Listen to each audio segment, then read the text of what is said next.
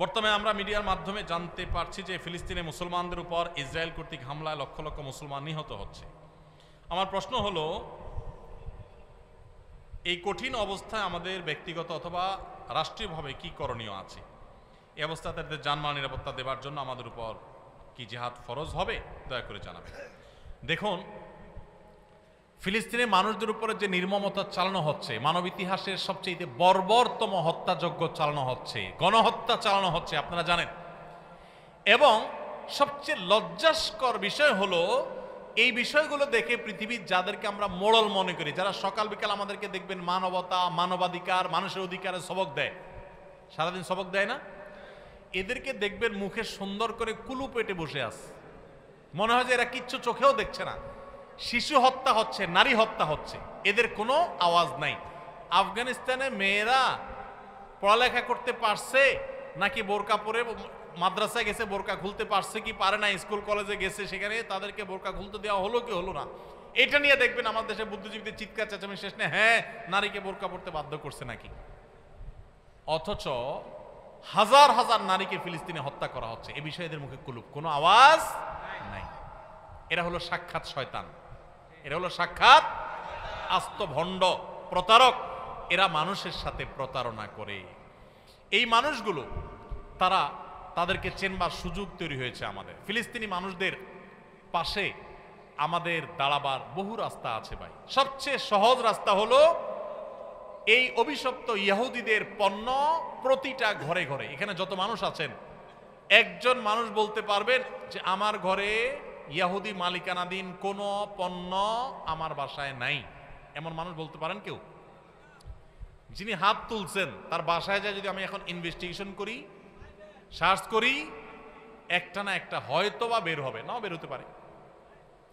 আপনি যে পেস্ট করেন, পেস্ট, বেশিরভাগ পেস্ট দোকানে যেগুলো পাবেন, মুদি দোকানে 90% তাদের, আমি নাম বলে তাদের আর মার্কেটিং করতে চাই না, সারাদিন ডকডক করে যে ঈদ উপলক্ষে বিভিন্ন সময় গিলতেছেন সফট ড্রিঙ্কস গুলো, ম্যাক্সিমাম ওদের।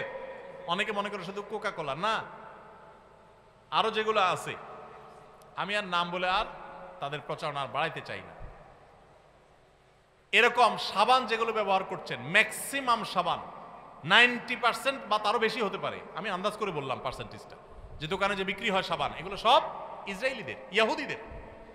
এরকম আপনার বাসায় দেখবেন বেডরুমে, কিচেনে, রান্নাঘরে, টয়লেটে, আপনি আপনার সমস্ত জায়গায় লোশনের নামে, সাবানের নামে, শ্যাম্পুর নামে, পেস্টের নামে, আপনি ওয়াশিং পাউডারের নামে আপনি দেখবেন যে তাদের জিনিস ছাড়া কিচ্ছু নেই। ভাইরা আমার, ফিলিস্তিনি মানুষদের প্রতি সহমর্মিতা প্রদর্শন করতে গিয়ে আর কিচ্ছু না পারেন, এই একটা কাজ করেন, আপনার টাকায় ওদের কোনো জিনিস কিনবেন না। চেষ্টা করা যাবে ইনশাআল্লাহ। দেশীয় জিনিস কিনবেন, মুসলিম কান্ট্রির জিনিস কিনবেন, দাম বেশি হোক, দাম যদি বেশিও হয়, মান যদি একটু খারাপও হয়, তারপরও সেটা কিনবেন, আল্লাহর কাছে সওয়াব পাবেন, নিজের মনের কাছে সান্ত্বনা পাবেন যে আমি এতটুকু তো করতে পারছি, ওই অভিশপ্তদের জিনিসটা তো আমি কিনলাম না। আপনি দেখছেন সাবান শ্যাম্পু কিনতেছেন, আপনি দেখছেন লোশন কিনতেছেন, আপনি দেখছেন ওয়াশিং পাউডার কিনতেছেন, আপনি দেখছেন সেটা হয়তো সফট ড্রিঙ্কস কিনতেছেন, আসলে সেটা না।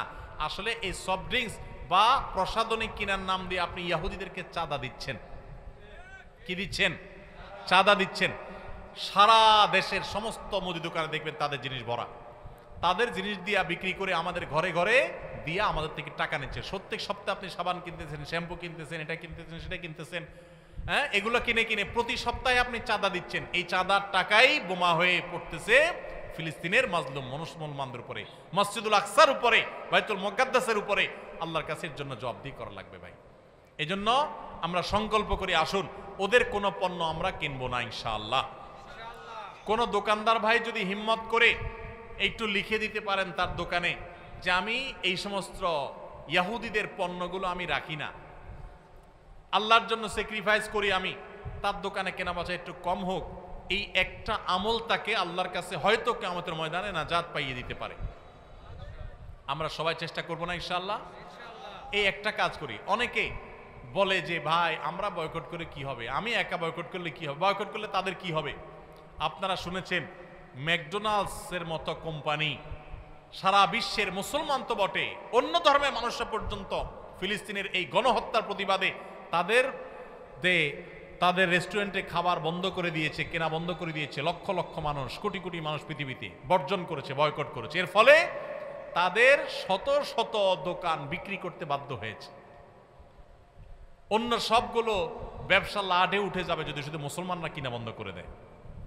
তো আমরা চেষ্টা করবো না ইনশাআল্লাহ। আর সবচেয়ে বড় কথা হলো, তার ব্যবসা বন্ধ হলো কি হলো না আমার দেখার দরকার নেই। আমি আল্লাহর কাছে বলতে পারবো, আল্লাহ আমি আমার সাধ্যে যেটুকু আছে সেটুকু আমি করছি, আমার চেষ্টা তো আমি করলাম। চেষ্টা করা যাবে না ইনশাআল্লাহ। আল্লাহ আমাদের সবাইকে তৌফিক দান করুন।